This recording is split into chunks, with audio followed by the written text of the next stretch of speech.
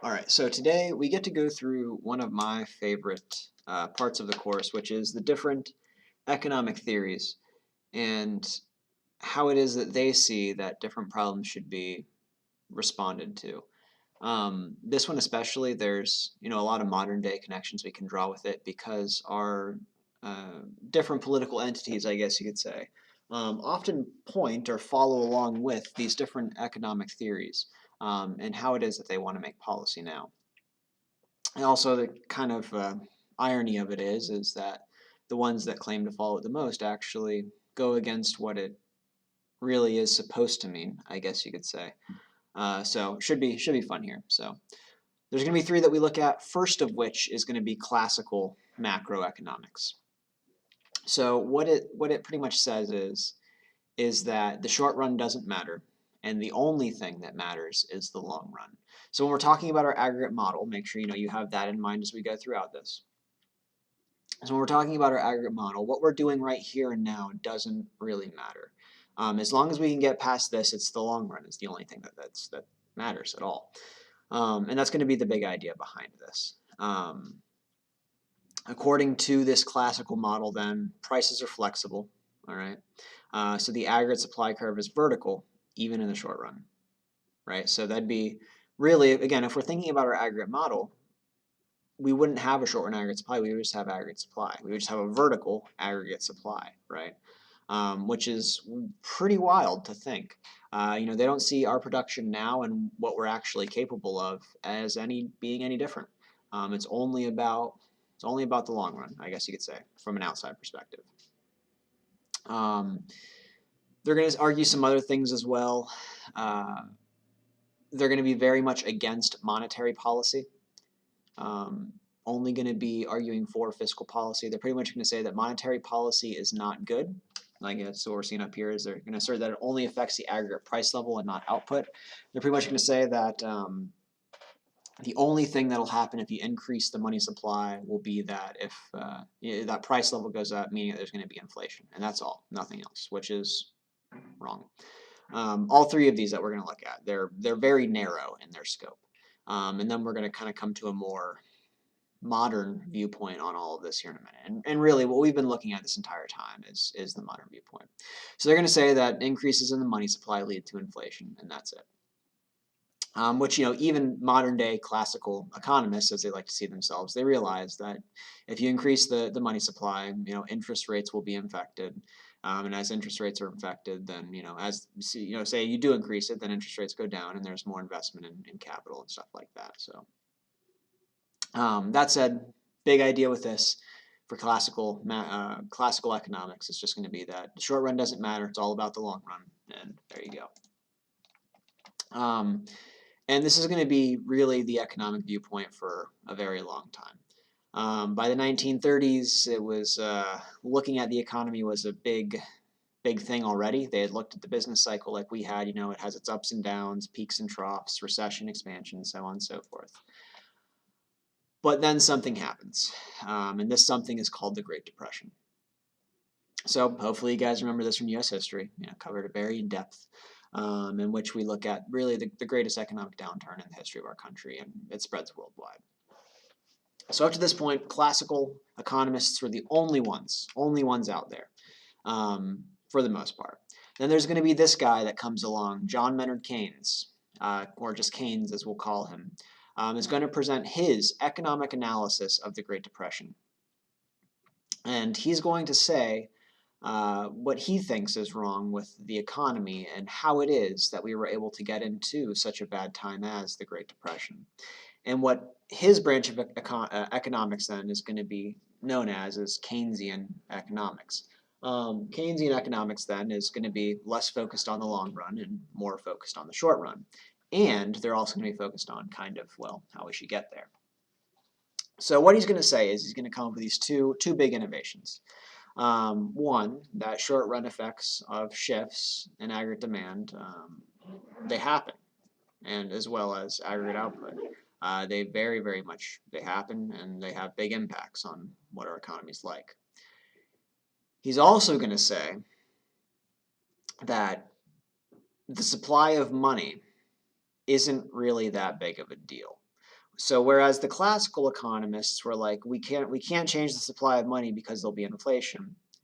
What Keynes is going to say is that yes, the money supply is important and it can have other effects, but we really shouldn't worry about it and we shouldn't use it. So back then they're still very skeptical of monetary policy and what it can do. And he's gonna argue for, especially like fiscal policy. He's gonna be a huge fan of fiscal policy, and that's where we're gonna start seeing the differences. So pretty much what Keynes is gonna say then is that for economic problems, we fix it with fiscal policy. It has to be the government that changes spending or changes taxes, whatever it is. With our classical economists, what they're gonna say is that in order for the economy to be fixed, the economy is gonna fix itself. Everything's flexible, right? Um, and that's what it is. So what we'll see then is we're going to have our two different views here. So again, classical view only focused on the long run. And by long run, I mean they see the long run as the short run. So from our perspective in this course, it's the long run, but they're only focused on what we see as the long run. To them, there is no difference, again, between the long run and the short run. The economy can only produce so much and only ever will produce so much. They both see aggregate demand is something that can change. But for the most part, what classical says is that we can produce so much, and we can produce so much no matter what. So yeah, again, that's where it kind of gets questionable from our modern day viewpoints. And as you'll notice, if we smashed these two together here, we would actually get the aggregate model that we use, because again, they're both right in some ways. It's just that they don't really see the whole picture on either of them. So classical view then is, again, it's that long run's important and the economy fixes itself. There's this guy known as Adam Smith who's especially responsible for this classical view of economics, and he pretty much says that everything's controlled by the invisible hand of the markets, of the economy, whatever it is. The economy fixes itself. The economy always will fix itself. It always has fixed itself and will be fine if we just let the economy do its own thing. And in a lot of ways, that's right. That is very much the approach for some things. The Keynesian view, then, again, it's more focused on the here and what we see as the here and now with the short run aggregate supply. It's that there are trade-offs when we're producing things. If we produce more, then we'll have a higher price level. Whereas with the classicals, they say that higher price level is only going to come from increasing the money supply. And again, Keynesian, instead of saying that the economy is just going to fix itself, it's that the government has to fix it. Now, policy to fight recessions then. So the main side effect then of Keynes's work is that they're like, hey, maybe this Keynes guy is right. Maybe we should use fiscal policy to smooth out the business cycle. And that's going to be the big takeaway that, well, people realize from it, is that fiscal policy is a very powerful tool for fixing the economy. Monetary policy too, not as much. Again, it's Keynes he acknowledges that it works. He acknowledges that it does things other than inflation. But his big deal is fiscal policy to smooth out the business cycle. So really what ends up happening then is that he is starting to be listened to. Like we see this with FDR and his implementation of a lot of public works policies, which is increased government spending. Ultimately, it's what'll happen that the other half of it is getting into World War II and bankrolling a war that ends up helping as well. So here's some economic stuff as we go throughout the Great Depression. We start off, shoot up to nearly 25% unemployment, and it just gradually goes down over time. As we see, it goes down throughout the 30s as a result of implementing expansionary fiscal policy. Now, what ends up happening is obviously we end up getting into the war where our spending shoots through the roof. We borrow all kinds of money to pay for it. And people end up having jobs. And one of the big things for economics is wars are essentially steroids for economics. You do really well in the here and now, but after that, it's kind of starts going back to normal. And what it does then is for us is, it gets a lot of people in the military. It gets a lot of people building, making, producing military goods, whatever it is. and it very much does help us get out of the Great Depression there. So all of this. We pretty much see the timeline. Spending during the 30s was pretty modest. We didn't do a whole lot of deficit spending. We spent what we could make. And as you move into the 40s, as we saw in there, it goes up, and then Pearl Harbor happens, and then it shoots up real quick. So that said, our third view. So monetarism. Monetarism then will be our third thing here with our economic theories, and this will be one of the more recent ones. Of these three, the more recent one anyway. And monetarism is exactly what it sounds like. They argue that it's not fiscal policy that fixes things, it's not the economy itself that fixes things, but instead it is monetary policy. Again, just as the name suggests. So their big goal then is to use the money supply to fix the economy. So it called for a shift from monetary policy rule to that of discretionary monetary policy, which means that, like discretionary fiscal policy, it is enacted as downturns or overextension occurs in the economy. They argue that GDP would grow more steadily if the money supply grew steadily. It was popular for a time. It very much has its downsides, just as the other ones do. Namely that, yes, GDP will grow if money supply grows, unquestionably, but that's because that's how nominal GDP works. If people are spending more money because they have to, then yes, GDP will go up. And the other side of it is that's like a classical take on what I just said. The other side of it is that yes, GDP will grow if the money supply grows because interest rates will go down and there'll be more investment. That is true. The problem that they start seeing with monetarism, though, is this thing called a liquidity trap. And pretty much what it means is that when the economy starts doing so poorly, it gets to a point where monetary policy can't do anything because it becomes near equivalent. The interest rates become so low that they become near zero. And the liquidity trap then is to have the most liquid form of your cash or your currency available, which is cash. And people don't want to put money in banks, and people don't want to take out loans because of future expectations and being scared of them. And that's the big reason why monetarism didn't really end up taking off too much. So this is pretty much stuff we've talked about already. It's ignoring the long run here. Not that they necessarily ignore the long run as monetarists, but their focus again is mainly just through aggregate demand, really, and influencing aggregate demand with monetary policy. And what they're going to say is that, yeah, fiscal policy is great, but fiscal policy is only going to have so much of an impact when money supply doesn't change. So it needs to happen alongside it.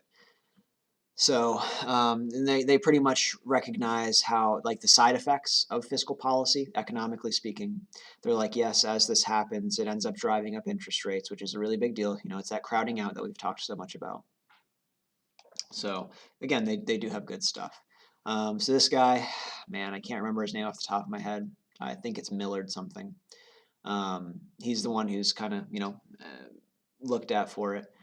And then, again, discretionary monetary policy is just going to be using monetary policy as a reaction to something. If they say, for example, back in March, when they see the economy is starting to not do well, they did very, very aggressive monetary policy, expansionary monetary policy. Like they lowered the reserve ratio to 0. They did massive purchase of bonds.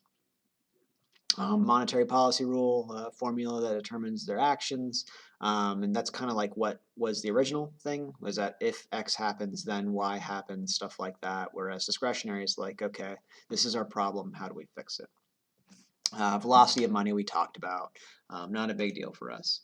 And pretty much what it means then is just that GDP will go up if money supply goes up because they need to spend more to make more, stuff like that. It's not really that important for us. So velocity of money then, it's pretty much just saying that as money starts trading hands more times, like that's what this is all based off of. And if we can kind of reduce the friction between money trading hands, then it's or make it so that money doesn't need to trade hands as much, then GDP can also go up. Now, let's see here how much this is. I mean, this is important stuff, but it's for the Phillips curve, which we will talk about. And it's pretty much just saying that there's a point at which our economy gets to, this non-accelerating point here that it mentions, for unemployment. And it's like once you get past that, then it starts going through the roof, which is another important contribution of monetarism or monetarists, is that they recognize that that happens, is that yes, we can do so much with monetary policy, but it can get to a point where, well, things will just start going crazy if we do have too much of our monetary policy here.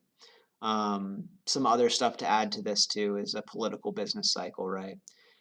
Which is where policies utilized to, well, further their own ends. As you'll see in election years, you guys are very well versed in this, given our times, but they use macroeconomic policy for their political ends, meaning that as we get closer to elections, we'll see a lot more spending, so people are happier. And following that, there's also big arguments to keep monetary policy outside of politics because of that. And because if we didn't, then every 4 years or 2 years, depending on what kind of elections, or every year, I mean, there'd just be ridiculous spending, and that would lead to inflation, stuff like that. New classical macroeconomics, and this is kind of coming more towards modern day theories. Again, the three that we'll worry about are Keynesian, classical, and monetarism. And it's going to go back to the classical view that shifts in aggregate demand only affect aggregate price level and not output. Again, it's that idea of a vertical aggregate supply. It's the same idea, but it's more of an acknowledgement that other things can end up happening. One of the big problems with all of these, all three of them, every single one, are these things called rational expectations. And pretty much what it means is that all of these assume that people are rational. All of them assume that people act in their own best interest. When, I mean, any of you guys can tell it to me, like, people don't always do that. In fact, they almost never do that, right? It's the rational thing to do as a person would be to only eat rice and beans every meal because it's so cheap. But people eat other things all the time. And of course, there's all kinds of things like crime, for example, that people do that go against their own best interests. New Keynesian economics is another thing. Market imperfections can lead to price stickiness for the economy as a whole. Again, they're the ones with the idea that in the short run, prices are sticky. And that's why they have an upward sloping short run aggregate supply curve. And if markets aren't good, then what it can mean is that we kind of get locked into this price level that's been set. Not the strongest thing. Real business cycle theory says the fluctuations in the growth of total factor productivity cause the business cycle. This is one we're not going to focus on, but pretty much what they say is that as we get better at using things, we continue to get better at using things. So yeah, again, important things here: Keynesian, classical, and monetarism. Those are the three takeaways there. And then we're going to add one more thing to this before I call it quits on this video here. Where are we? Come on, who's my mouse here? There we go. Okay. So this is just them responding to a couple different scenarios, and that's what you guys will be doing for this assignment here. So that said, this is just how they might answer certain questions. And again, here's our big three: classical, Keynesian, monetarism. And then modern consensus. So is expansionary monetary policy helpful in fighting recessions? So classical macroeconomics says no. Again, they don't like monetary policy at all. They say it just leads to inflation. Keynesian, they're the ones who are skeptical about it. They're the ones that say fiscal policy is really the way to fix things, and we shouldn't rely on monetary policy. Monetarism, that's all they care about. So yes, oh yes, that's all. That's what they want. And then modern consensus, and this is kind of the combination of the three, and looking at their application over the past 100 years, it's that yes, it is helpful in fighting recessions, except in special circumstances, which is the liquidity trap that I just talked about. Our monetarists, they don't acknowledge that it exists, but in reality, modern consensus is that yes, it does exist and it won't work. Expansionary fiscal policy is effective in fighting recessions. Classical macroeconomics, no. Again, their answer in classical macroeconomics for everything is the economy will fix itself. They say that there's no intervention needed. Prices are always flexible, so the economy is always where it should be, and it doesn't need to be fixed. Keynesian, they say yes. Again, they're all about fiscal policy. That's their big thing. Monetarism, no. Modern consensus, yes. It's effective in fighting recessions. I mean, we've seen it over the past year, right? There's the stimulus package that went out, helped all kinds of businesses not go out of business, helped out people some, and they want to do another one because of how it did help. Can monetary and/or fiscal policy reduce unemployment in the long run? Classical macroeconomics, no. Again, they don't think policy helps. Keynesian, yes. Pretty much, again, FDR is a great example of it. He created all kinds of government organizations that created more jobs to help build up infrastructure and so on and so forth. Monetarism, they say no. This one's kind of surprising to me, mainly because, I mean, they're more focused on the short run than the long run, admittedly, but one argument would be that they can impact it because they can, lead to lower interest rates, which gives us more capital, so on and so forth. Modern consensus, no. Reason for this being is that there's kind of an acknowledgement, unless it's like some huge sweeping technological change, then it won't end up leading to reduced unemployment. So that's a thing. Discretionary fiscal policy be used in a discretionary way. Classical macroeconomics, no. Again, they don't think that anything should change. What discretionary means is just like at will. So they do it in response to problems. Keynesian, they say yes, that's what they're all about. Monetarism, no. It's they're the ones who argue only for monetary policy. Modern consensus, no, except in special circumstances. And pretty much what that means is that we do use it in a discretionary way, and economists argue for using it in a special way. Or discretionary way. It's just that it needs to be at the right time, which is what we've seen this year, is that, yes, it's been used at the right time, or maybe hasn't been used enough at the right time, something along those lines. And then lastly, should monetary policy be used in a discretionary way? Classical says no. Keynesian says yes, again, with how very much focused they are on the short run, they think it should be. And monetarism says no, they need to be responsible with it. And they see responsibility of monetary policy being a huge thing. And then modern consensus on that is that it's still in dispute. Economics in general, I've said it before, I'll say it again many times. It's the only subject where someone wins a Nobel Prize for saying something and someone wins a Nobel Prize for saying the exact opposite. It's a very hotly contested field. And monetary policy, especially of this past year, has been under very heavy debate, scrutiny, etc. So that's all I got here for you guys. There's some situations for you guys to respond to, what you think is best. Let me know if you need help with anything. I'd be happy to help.